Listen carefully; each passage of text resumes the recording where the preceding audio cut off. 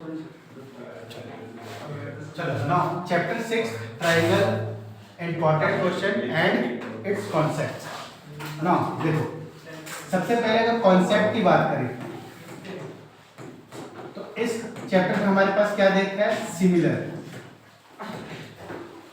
यानी सिमिलर चीजों के बारे में इस चैप्टर में एक्सप्लेन किया हुआ है कि कोई दो चीज सिमिलर कब होती हैं, कैसे होती हैं।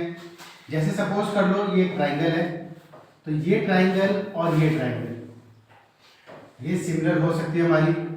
अब ये दो ट्रायंगल सिमिलर कब होगी, जब मान लो ये ट्रायंगल है ABC और ये ट्रायंगल है PQR। ये सिमिलर कब होगी कि जब इसके कॉरस्पॉन्डिंग एंगल्स के बराबर हो।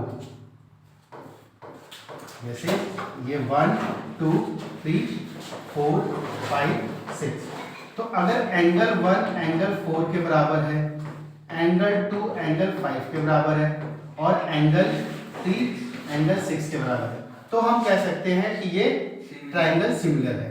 और क्या हो सकता है, तो इसके अलावा क्या हो सकता है कि अगर AB upon PQ, BC upon QR और AC अपॉन PR ये प्रोपोर्शनल हो, अगर साइड प्रोपोर्शन में है या रिस्पेक्टिव एंगल्स इक्वल है, तो उस केस में क्या होगा, ट्रायंगल जो होगा वो हमारा सिमिलर है।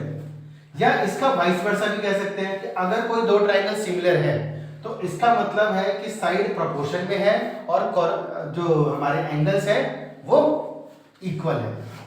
ठीक है, इसी तरीके से अगर बात करें स्क्वायर की, तो दो स्क्वायर जैसा मर्जी हो वो हमेशा सिमिलर होते हैं।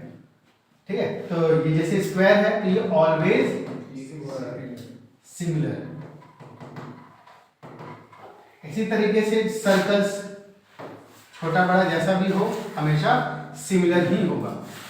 ठीक है, इसी तरीके से अगर हमारे पास इक्विलेटरल ट्रायंगल है, सिंपली चाहे जैसा मर्जी साइज का हो वो हमेशा सिमिलर होगा। क्यों सिमिलर होगा इक्विलेटरल ट्रायंगल, क्योंकि सारे एंगल 60 डिग्री हो गए, तो एंगल कॉरस्पॉन्डिंग एंगल क्या होगा, इक्वल हो जाएगा। तो अभी बताया जैसे कि कॉरस्पॉन्डिंग एंगल इक्वल हो या साइड प्रोपोर्शन में हो, तो कॉरस्पॉन्डिंग एंगल इक्वल है तो इससे भी हमारा ये सिमिलर होगा। इतना क्लियर है, क्योंकि चैप्टर का नाम ट्रायंगल है तो इससे रिलेटेड हम ट्रायंगल से ही कॉन्सेप्ट पढ़ेंगे। ठीक है, अब इसमें ये तो हो गया बेसिक कॉन्सेप्ट कि सिमिलर क्या होता है। सिमिलर में भी साइज में अलग हो सकता है, लेकिन जो कहते हैं प्रोपोर्शनैलिटी होती है वो कांस्टेंट रहेगी, या उनका जो एंगल बनेगा वो कांस्टेंट होगा। क्लियर है इतनी बात? ठीक है, अब इसमें आ जाओ सेकंड कॉन्सेप्ट क्या कहता है। जैसे सपोज करो एक ट्रायंगल है और इसके पैरेलल एक लाइन अगर मैं ड्रॉ करूं, तो एक ट्रायंगल है ABC और ये एक लाइन है D। अगर DE पैरेलल दिया हुआ है BC के, तो इसका मतलब है कि AD upon DB equals to AC या सॉरी AE अपॉन EC, ये आपस में इक्वल होगा। और इसके लिए हम क्या यूज करेंगे, BPT बहुत इंपॉर्टेंट थ्योरम है। ठीक है, इसको जरूर कर लेना। बेसिक के लिए 5 मार्क्स के लिए जरूर आएगा, और स्टैंडर्ड वालों के लिए इससे रिलेटेड क्वेश्चन 100% आएगा। तो इसमें BPT में यही होता है कि अगर ये लाइन इसके पैरेलल है, अगर एक ट्रायंगल है और उसमें एक इन बिटवीन कहीं दो साइड के ऊपर पॉइंट लेके लाइन बनाए और वो किसी थर्ड साइड के पैरेलल हो, तो उसके जो कॉरस्पॉन्डिंग साइड्स की रेशियो है वो इक्वल होती है। ठीक है, और इसका वाइस वर्सा भी होता है। इसका उल्टा क्या होगा कि जैसे सपोज करो एक ट्रायंगल है, अब ट्रायंगल में हमें ये दे दिया है कि ये साइड इसके प्रोपोर्शन में है और ये साइड इसके प्रोपोर्शन में है, तो बाय कन्वर्स ऑफ BPT, जैसे सपोज करो ABC ये ट्रायंगल है और इसको PQ मान लो, तो अगर हमें ये दे रखा है कि AP upon PB equals to AQ upon QC, तो बाय कन्वर्स ऑफ BPT, तो BPT की कन्वर्स हम क्या कह सकते हैं कि PQ is parallel to BC। अभी कैसे पैरेलल होगा, तो सिंपल बात है, अगर ये लाइन इसके यहाँ पे एक पॉइंट है, ये रेशियो अगर आपस में इक्वल है तो जब ये रेशियो इक्वल होगा तो ऑटोमेटिकली ये एंगल इसके बराबर आ जाएगा, और ये एंगल बराबर होगा तो ये कॉरस्पॉन्डिंग एंगल काम करेगा, जिसकी वजह से लाइंस पैरेलल हो जाती है। इतना क्लियर है? यहाँ पे क्या होगा देखो, अगर कन्वर्स ऑफ बीपीटी कब लगाएंगे, जब ये गिवन होगा और ये कुछ हमें प्रूव करने को आएगा, और बीपीटी में क्या होगा, ये चीज गिवन होगा और ये हमें प्रूव करना होगा। ठीक है? अगर हमें साइड प्रोपोर्शन प्रूव करना है तो हमारे को बीपीटी लगाना है, अगर लाइंस पैरेलल प्रूव करनी है और साइड प्रोपोर्शन में दे रखा है तो कन्वर्स ऑफ बीपीटी यूज करेंगे। इतना क्लियर है कॉन्सेप्ट? इसके बाद नेक्स्ट कॉन्सेप्ट हमारे पास आता है कि ट्रायंगल सिमिलर कैसे हो सकते हैं। Similarity of a triangles. Triangle की सिमिलैरिटी की बात करें तो पहला रूल हमारे पास होता है ए रूल या क्राइटेरिया भी इसको कह सकते हैं। ए क्राइटेरिया का मतलब क्या है कि अगर कोई दो ट्रायंगल है, कॉरस्पॉन्डिंग एंगल इक्वल है, कोई दो ABC और PQR, अगर ये दो आपस में इक्वल है तो हम कह सकते हैं, अगर एंगल A एंगल B के बराबर है और एंगल B एंगल Q के बराबर है तो हम कह सकते हैं कि ट्रायंगल ABC इज सिमिलर। ये सिमिलर का सिंबल होता है ट्रायंगल PQR, और जैसे ही ये ट्रायंगल सिमिलर होगा तो इससे हम ये यूज कर सकते हैं कि AB upon PQ equals to BC upon QR equals to AC upon PR, और इसके लिए हम यूज क्या करेंगे, CPST। CPST means corresponding part of similar triangle, कि जो ट्रायंगल हमारे ये सिमिलर हो चुका है तो बाकी पार्ट अपने आप साइड प्रोपोर्शन में हो जाएगा, और बचा हुआ एंगल, कौन सा एंगल बच गया, एंगल C और एंगल R, ये भी आपस में इक्वल हो जाएगा विद सेम रूल CPST।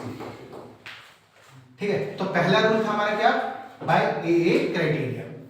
दूसरा रूल क्या आता है इसके अंदर, तो दूसरा रूल हमारे पास है bye SAS rule.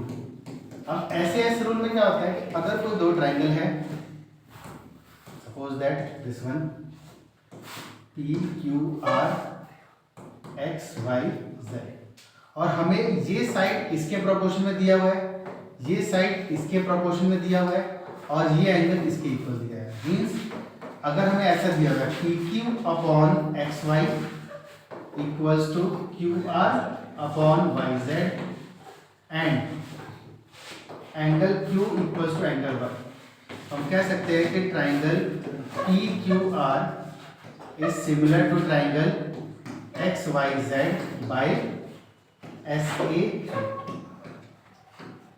SAS rule, और इसके हेल्प से बचे हुए दोनों एंगल आपस में इक्वल हो जाएंगे। क्लियर है इतना? Now the third one is SSS।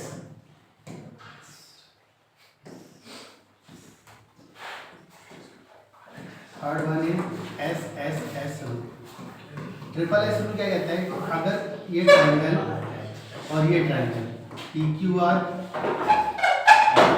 XYZ, अगर साइड तीनों आपस में प्रोपोर्शन है, XY PQ upon XY QR upon YZ and PR upon XZ, अगर ये प्रोपोर्शन में है, ठीक है, अगर PR अपॉन ये इक्वल है, इसका मतलब क्या होगा, तो by SSS rule triangle PQR is similar to triangle XYZ। इसका समझ में आया? Yes, sir. ये था इसका बेसिक कॉन्सेप्ट। एक रूल और होता है हमारा bye triple A rule. A rule मतलब कि तीनों एंगल ट्रायंगल के क्या हों, इक्वल हो जाए। अगर तीनों एंगल इक्वल हो गया तो इसका मतलब ट्रायंगल भी आपस में सिमिलर हो जाए। तो टोटल हमारे पास कितने रूल हुए, 4 रूल, टोटल 4 रूल हुए। कौन कौन सा, AA, दूसरा SAS, तीसरा SSS और चौथा AA। क्वेश्चन कई बार ये एमसीक्यूज में आ सकता है कि इनमें से कौन सा क्राइटेरिया नहीं होता, तो याद रखना जैसे RHS है, RHS नहीं होता है सिमिलैरिटी के लिए, तो जरूर क्वेश्चन इस पे पूछा जाएगा। क्लियर है इतना? समझ में आ गया? चलो अब स्टार्ट करते हैं क्वेश्चन करना। ठीक है ठीक है सर।